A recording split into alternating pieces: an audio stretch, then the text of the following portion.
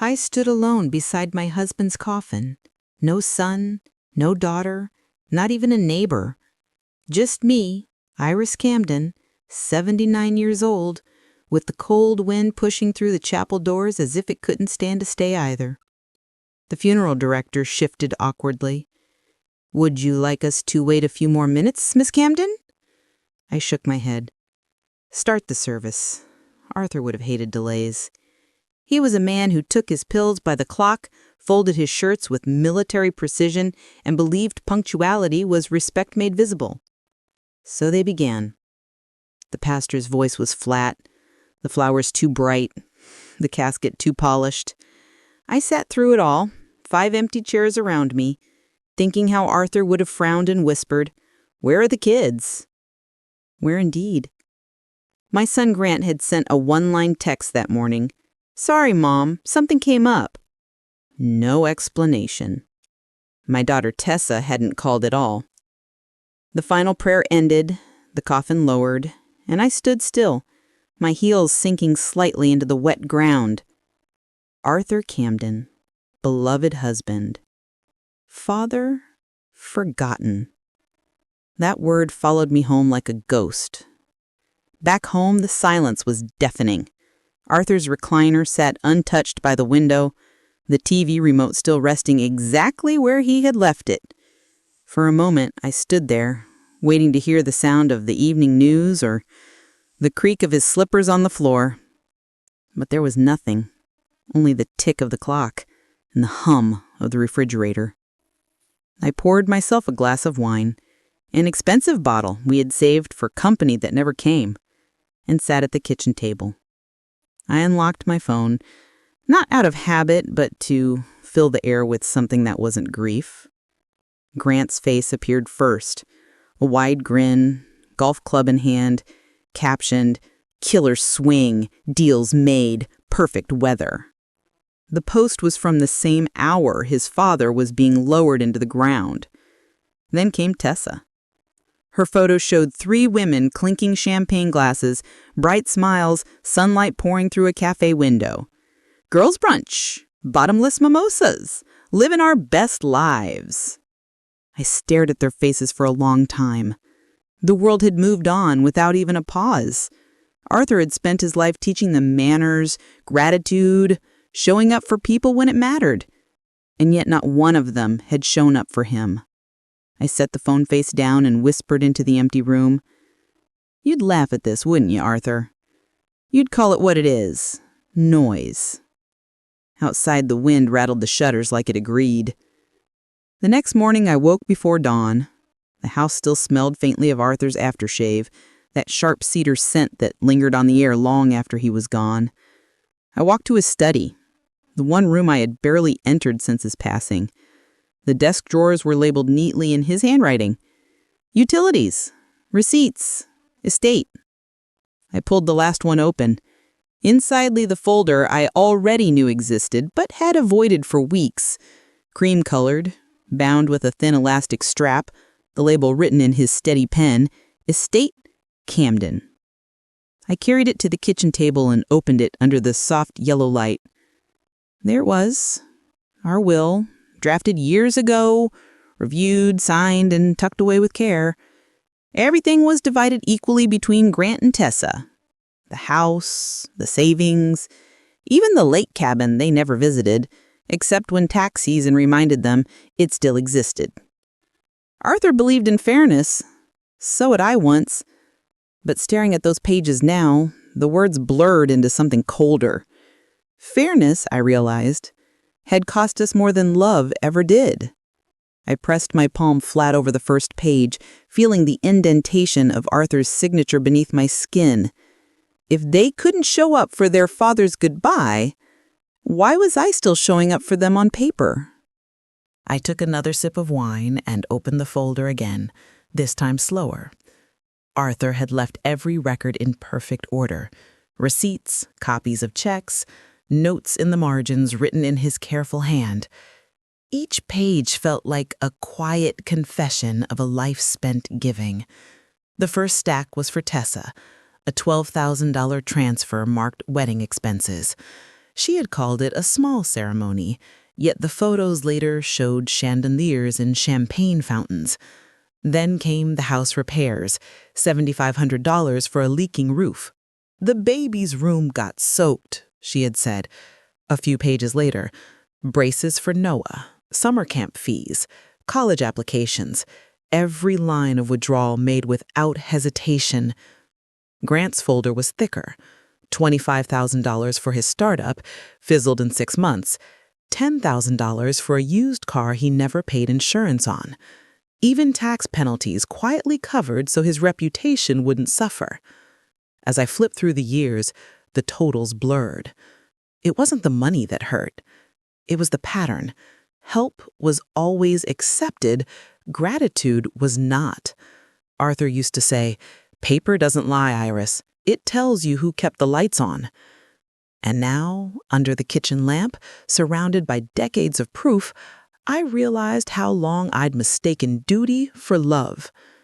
I stacked the papers neatly again, whispering to no one, "Fairness, my dear Arthur, has been far too expensive." By noon, the sun cut through the curtains sharp and bright against the kitchen tiles. I sat there, still in my robe, staring at the folders stacked neatly in front of me. So much proof of devotion, and yet not a trace of return. Arthur had always believed in equality. "If we give them the same, they'll stand on even ground," he'd say. But equality only works when hearts are level too. Grant and Tessa had long drifted from that ground. They no longer called unless something needed fixing, signing, or funding. And I had allowed it out of love, or maybe out of habit.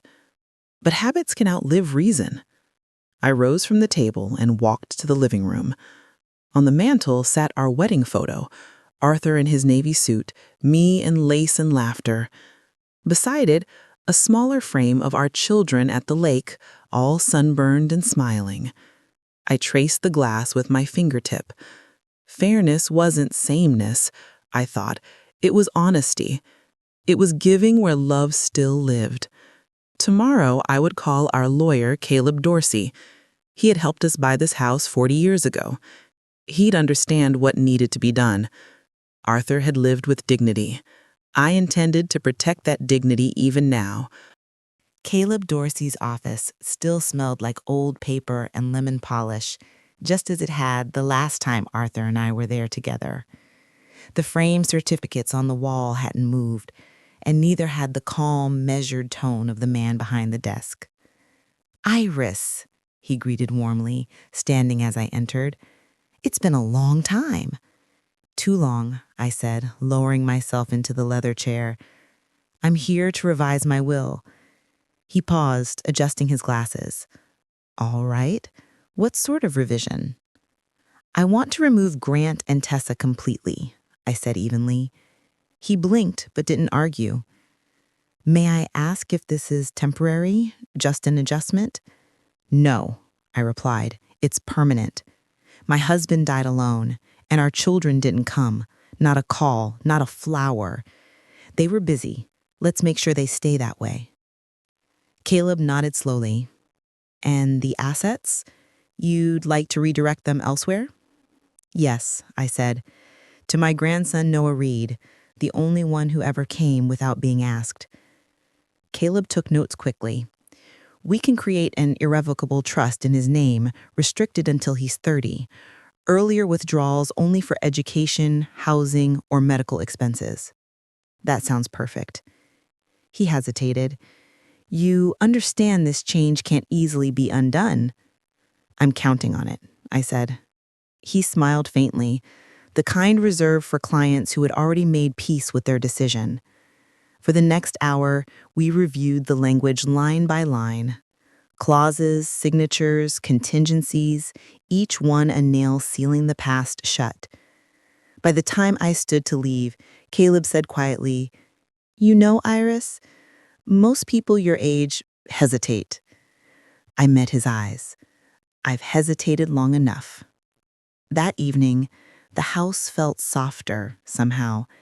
Not lighter, just less burdened. I brewed tea instead of pouring wine and sat by the window as the phone rang in the other room. When I saw the name on the screen, my heart stumbled. Noah. Grandma. His voice was tentative, almost shy. I just heard about Grandpa. Mom never told me he passed. I'm so sorry. I closed my eyes, the ache settling deep. It's been 3 weeks, sweetheart, I said gently. But you're here now. That's what matters. He hesitated. Can I come by tomorrow? I'd like to see you. Of course, I whispered. The next day, he arrived carrying a bag of oranges and a nervous smile. Taller than I remembered, a little scruffy, but still with that kind heart shining through. He hugged me the way young people do, halfway at first, then fully once they feel permission. We sat in the kitchen drinking lemonade. He looked around the house like it was a museum of his childhood. I missed his funeral, he said softly. I'll never forgive myself. You weren't the one who chose to miss it, I told him. After a moment, I went to the drawer and brought out the trust papers, still unsigned. This, I said, handing it to him, is my plan. He frowned as he read, Grandma, why me? Because you showed up, and that's all I ever wanted. Tessa arrived unannounced the next morning. Her black SUV pulled into the driveway too fast. Gravel scattering under the tires. She didn't knock. She never did. Just pushed open the door and called out, Mom, we need to talk. I stayed at the table, folding laundry, one careful shirt at a time. I've been busy, I said, without looking up. Busy with what? She asked, dropping her handbag onto the chair. Her tone was sharp, the kind that used to make me flinch when she was a teenager. I heard from Noah, she continued. He said you're changing your will. Is that true? I nodded. Yes, you and Grant are being removed. Her laugh was quick, bitter. You're kidding. After everything we've done for you? I met her eyes. Everything I've done for you, Tessa.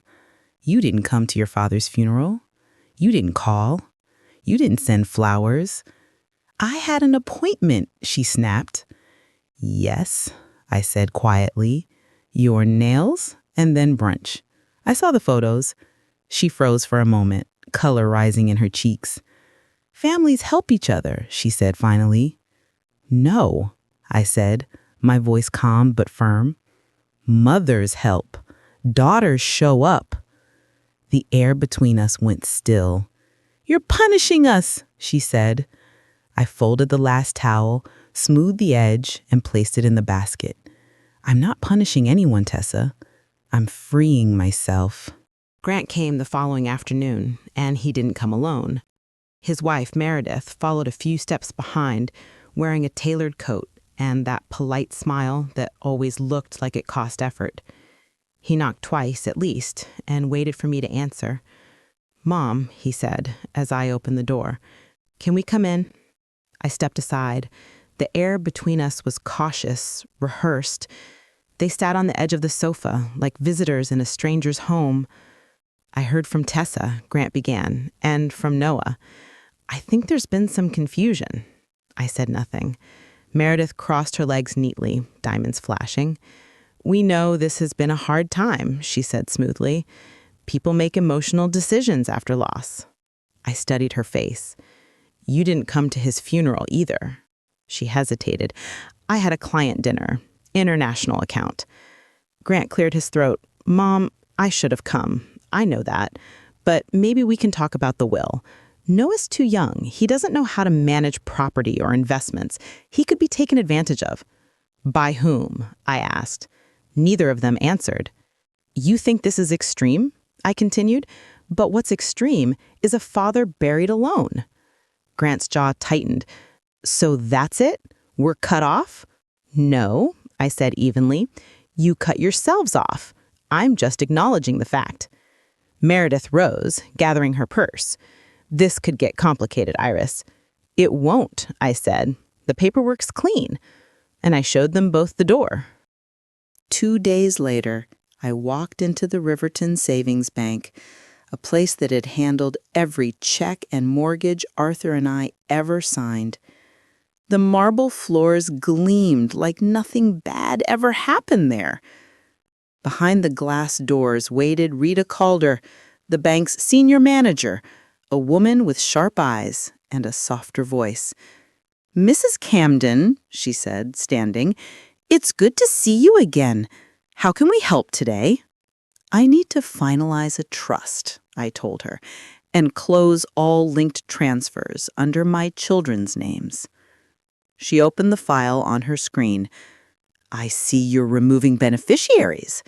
"Yes, permanently." We went line by line. Accounts, bonds, property deeds, insurance policies. Each correction felt like lifting a weight I didn't know I'd been carrying. "I'd also like safeguards," I added. "Ironclad. No one should be able to pressure Noah later." Rita nodded. "We'll structure the disbursements to release only for education, housing, or health care until he's 30. After that, full control, but still under a monitored account." "That's exactly what I want." She looked up. "Can I ask, are you doing this out of anger?" I smiled faintly. "No, dear, out of clarity." When I left the bank, the air felt cleaner somehow, as if I'd signed not just papers, but peace itself. That evening, a soft knock echoed on my door. It was Marilyn Brooks, my neighbor of 40 years, holding a tin of lemon shortbread like a peace offering. She'd seen Grant's car earlier, and curiosity always walked her over. "I saw your son here yesterday. Did he bring flowers or just excuses?" "Just excuses," I replied, stepping aside to let her in. She smiled knowingly and set the cookies on the table. We poured tea, hers chamomile, mine black and strong. I finally told them. Grant and Tess are out of the will. Noah's the only one who ever came back without being asked. Marilyn let out a long breath. "About time, Iris." I looked at her, surprised by the bluntness. She softened. "I've watched you for years writing checks while they took vacations, babysitting while they forgot birthdays. You didn't snap, dear. You just peeled back everything that wasn't love." Her words settled in the room like warm air after a storm. Outside, the light was fading, the air crisp with early fall. "I don't regret it," I said finally. Marilyn smiled. "Good. Regrets are for people who waited too long." 3 days later, an envelope arrived in the afternoon mail. No return address, just my name written in a careful hand I recognized instantly, Noah's. I brought it to the kitchen and let it sit beside my teacup while I finished washing the dishes. I didn't open it right away. Some words I've learned deserve silence around them. When I finally unfolded the letter, my hands trembled slightly. "Dear Grandma, I wanted to write this instead of texting. I know I could have said it in person, but I needed to find the right words. I'm grateful not just for what you've given me, but for how you've seen me. You've never asked me to be anything I'm not. You made space for me when no one else did. I didn't know about Grandpa. If I had, I would have been there. I'm angry at Mom for not telling me, but I'm more sorry than angry. I won't waste what you've trusted me with. Love, Noah." I read it 3 times, once with dry eyes, once with a hand over my heart, and once through quiet tears. Arthur would have said, "That boy's got the right kind of backbone," and he'd have been right. That night, the house didn't feel empty. It felt alive again. Quiet, yes, but warm. I brewed real tea, not the instant kind I used to make when I was too tired to care. The scent of bergamot filled the kitchen. After dinner, I opened the hall closet and pulled out Arthur's old record player. It still had the faint crackle from the last time we danced. I wiped the dust, placed the needle, and let a slow tune fill the room. For the first time in years, I didn't rush to turn it off. I slipped off my shoes and let the rhythm move through my body. Not gracefully, my knees protested, but freely. The living room light reflected off the glass cabinet where the photo of Arthur still stood. "You told me to keep dancing," I whispered. "I'm finally listening." Later, I cleaned the fireplace, swept out the cold ashes, and found a small note tucked behind the kindling basket. Arthur's handwriting, steady, unmistakable. "Keep dancing, even if it's just in the kitchen." I sat back on the rug, tears welling but not falling. He had known what life might try to take from me, and somehow he'd left me a way to remember who I was. A week later, a white envelope from Caleb's office arrived. It wasn't dramatic. No stamp of finality, no bold lettering, just paperwork, quietly confirming what had already taken root inside me. The trust was active. Noah's name now lived on every deed, every account, every space where Grant and Tessa's names had once been. I sat at the kitchen table, the afternoon light spilling across the paper. There was no triumph in it, no bitterness either, only calm. It felt like setting down a heavy suitcase after carrying it far too long. Outside, the roses Arthur planted had surrendered to the cold. He used to say they didn't die, they rested. That's what this felt like. Not an ending, but rest. As I folded the letter and tucked it into the estate drawer, I thought about what people call peace. It isn't silence or solitude or forgiveness. It's knowing you've done what's right, even when no one claps for you. I've learned that love without respect becomes obligation, and obligation without gratitude becomes chains. I broke mine late, but not too late. If you're listening to this and something in it feels familiar, don't wait for someone to hand you peace. Choose it. Do not confuse duty with worth. Do not mistake guilt for love. And if your home has grown quiet, let it be the kind of quiet that heals, not the kind that hides. Because peace, when finally earned, is the loudest freedom there is. Now, if this story found something true in you, like, share, or leave a comment. Tell me where you're watching from. And remember, it's never too late to come home to yourself.